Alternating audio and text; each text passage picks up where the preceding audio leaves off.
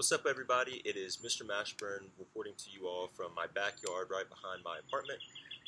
Today is a beautiful day, and I hope that everyone has had a very enjoyable week off of school. I hope that you've all had a very relaxed week off of school, but you're also getting a lot of practice in, and a lot of your other schoolwork for your other classes are getting done as well. So I've been talking to Mr. Sutton. I've been kind of thinking about some activities and what we can have you guys do in these next few months when we're off school, unfortunately. And I think the most beneficial thing would be reviewing all 40 rudiments. Now, all 40 rudiments are posted in the back of Mr. Sutton's room up on the back wall, and every day when I come in, I would look at them and I would play through them.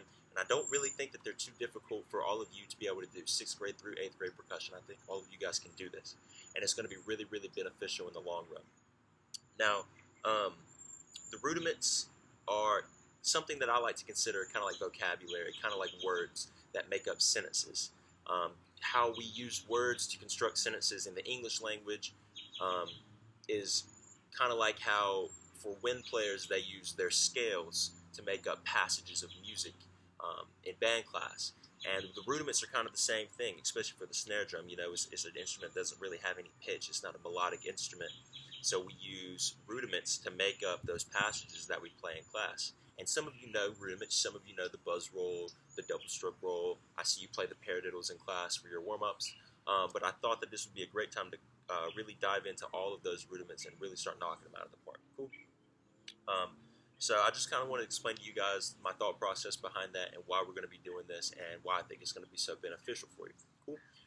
So today we're just going to talk about practice techniques at home.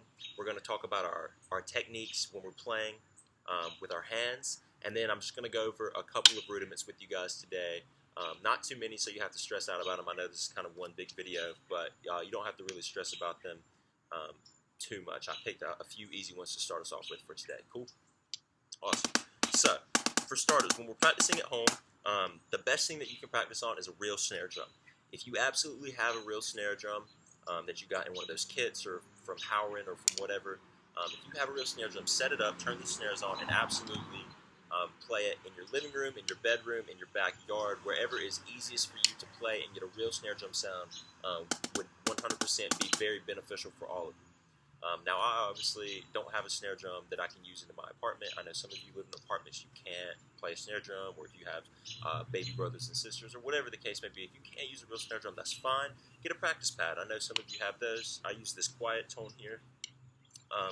And this is a great practice pad because it emulates a real drum. It's got the big drum head that's soft, and then we've got the rim right here as well. So it really has a nice rebound, and it really emulates a real snare drum. I know some of those rubber ones that we have, or the ones that come with our kits or whatever, those would work as well. Now, say you don't have either of those two things. That's unfortunate. You should really look into getting them, but I know you can't always get them. The best thing you can practice on is something hard, on a hard surface that has a nice kind of a rebound. I know that tables always work. When I was in elementary school and middle school, and if I wanted to play drums, I would play on my nightstand. It's got that nice kind of bouncy surface that, while it's not exactly like a snare drum, it's still hard and bouncy and kind of emulates that. Chairs work, the floor works, really any kind of thing works, but I want to make sure that you're pretty much standing so that we keep that good, nice kind of technique when you do this. I don't really want to see anybody doing these videos, playing through the rudiments, sitting on their bed, slouched over, playing like that. That's not going to really help us. So make sure we're kind of sitting up. Even me, I'm sitting in this chair, but the snare drum is at my waist level where it should be. I'm sitting up, and I've got proper technique when I play. Cool? So just make sure we're doing all those things. Like I said, any of those ways that you practice will be just fine when you submit your videos with me.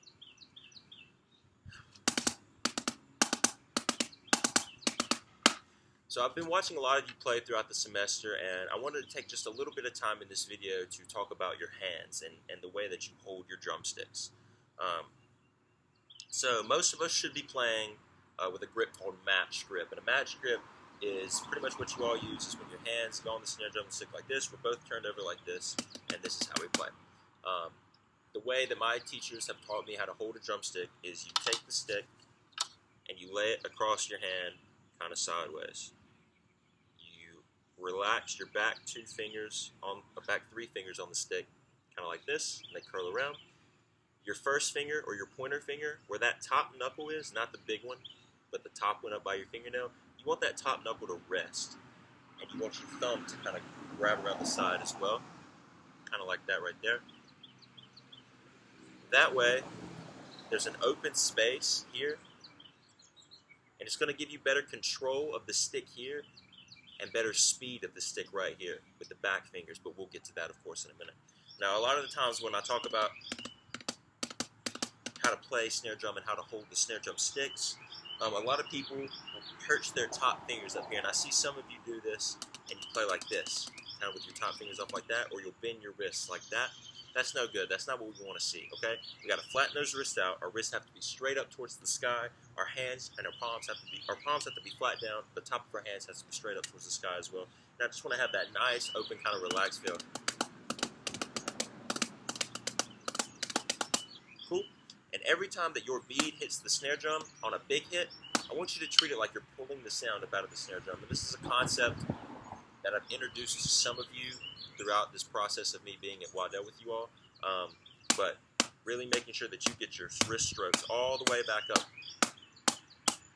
to get that nice kind of rebound. Kind of like that. Cool. And you can see, when I pull that exercise, you can look at my hand. Fingers wrapped, thumb perch, top knuckle on the side, open space. Cool. So that's how we should all be playing these rudiment exercises. Now, I know I've talked to some of you about playing traditional grip. 100% absolutely traditional grip. The traditional grip stick is supposed to be held in your left hand. I see a ton of you trying to play traditional grip with your right hand. I don't even know how some of you do that, but that is 100% not the right way to do it. The reason that traditional grip exists is because when they would march with drums, and way earlier times than now, way back in like ancient times, when they would carry their drums, they would be slung over their shoulders and they would be tilted to where you see my snare drum is flat now, but they would be tilted sideways. So that you would hold the stick like this, because it would, instead of holding your snare drum like this, you would just simply make it holding it like this, and that's just kind of carried over to the marching style. You guys really don't have to worry about playing that way. The best reason to play with traditional grip is when you're playing jazz drum set. And that's going to be able to allow you to get your stick over to do things like rim knocks and play those fills as well. But for pretty much all concert band stuff, you should all be playing traditional, or I'm sorry, you should be playing match grip style. Cool? Awesome. So let's get into the rudiments that I wanted to talk about today. There are 4 total types of rudiments in terms of how they branch out from the 40 essential rudiments. And those are diddle rudiments, drag rudiments, roll rudiments, and flam rudiments. Diddle rudiments, roll rudiments, drag rudiments, and flam rudiments.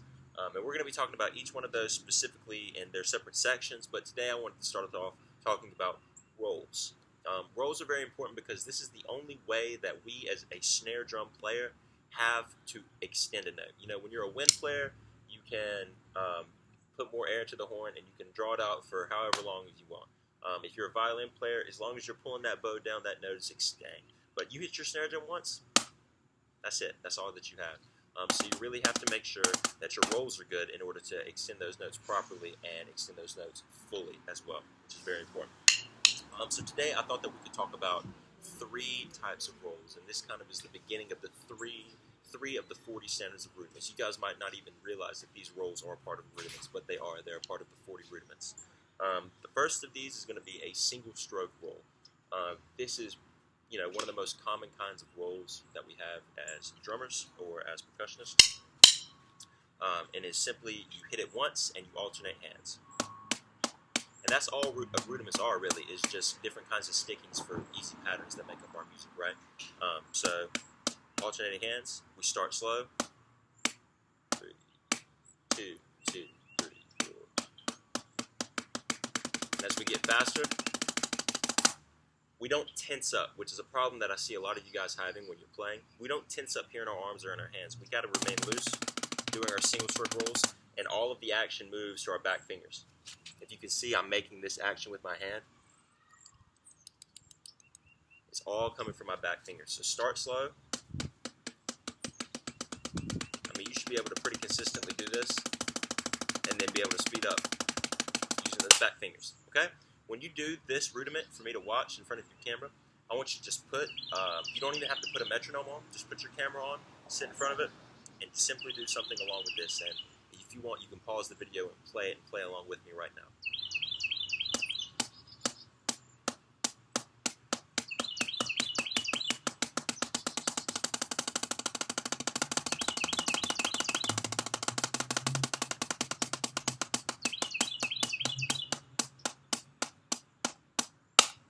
Okay, speed up those singles as fast as they can, but the key is making sure they're even. We don't want to hear something more accented with your right hand, or lesser with your ghosted with your right hand, or whatever the case may be. Okay, I need to see that good technique being maintained. I need to see you using your back fingers, and I need you to see, or I need to be able to see if you can speed up and slow down. So once again, if you want to play along with me.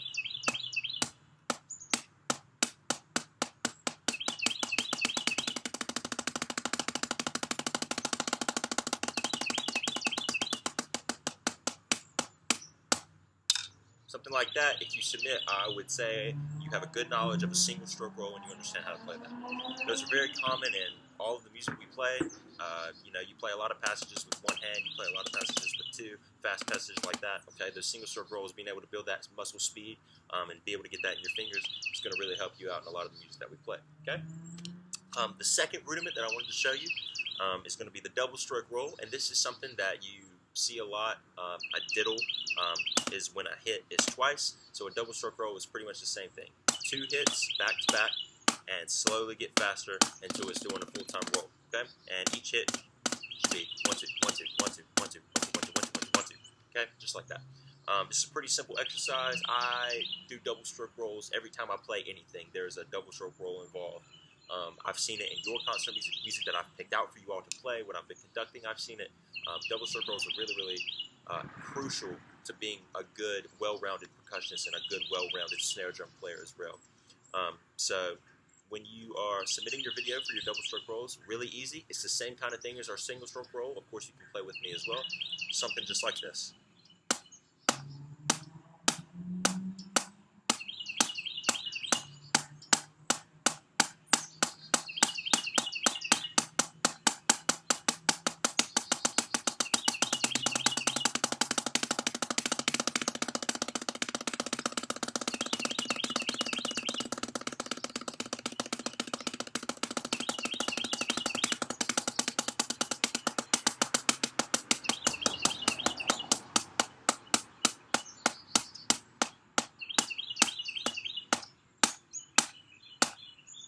Something like that. Start slow, speed up to where we're playing really fast, and then slow back down.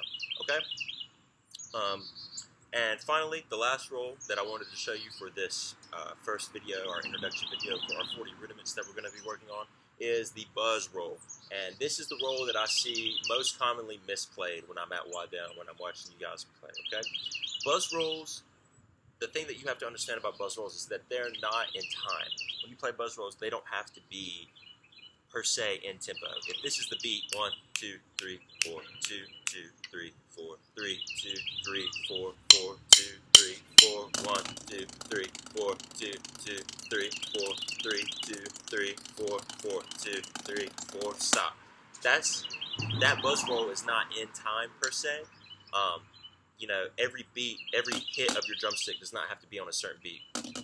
I hear a lot of you doing something like this: 1 2 3 4. Where the strong beat is accented, or where you can definitely tell you are keeping some sort of pulse in your buzz rolls.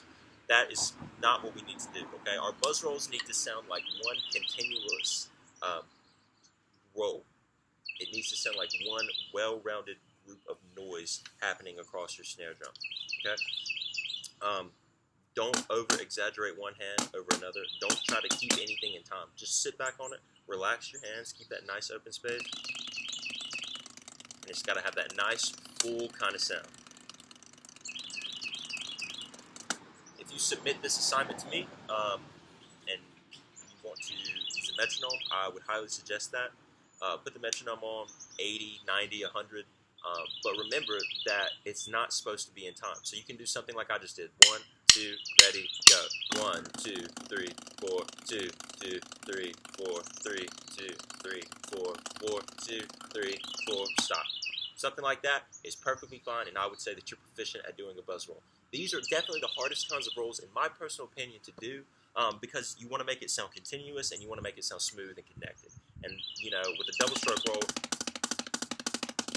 you can definitely hear each of the strokes. 1, 2, 1, 2, 1, 2, 1, 2, 1, 2, 1, 2, 1, 2. With the single stroke roll, you can hear each of the strokes. But with the buzz roll, that's not the purpose. It's got to fill up that sound. This is the equivalent of holding out a note for any other instrument. Okay? So I want you guys to spend a lot of time practicing your buzz rolls. And that might sound silly to you, but I promise you that at the high school level, at the collegiate level, and even beyond that, if you want to keep going beyond that, buzz rolls are absolutely 100% the most commonly played rudiment in any sort of symphonic or orchestral snare drum playing at all. Okay? So let's focus on these 3 rolls this week. I'll send you out another video or an update or something along those lines of when I want to see your videos back in by.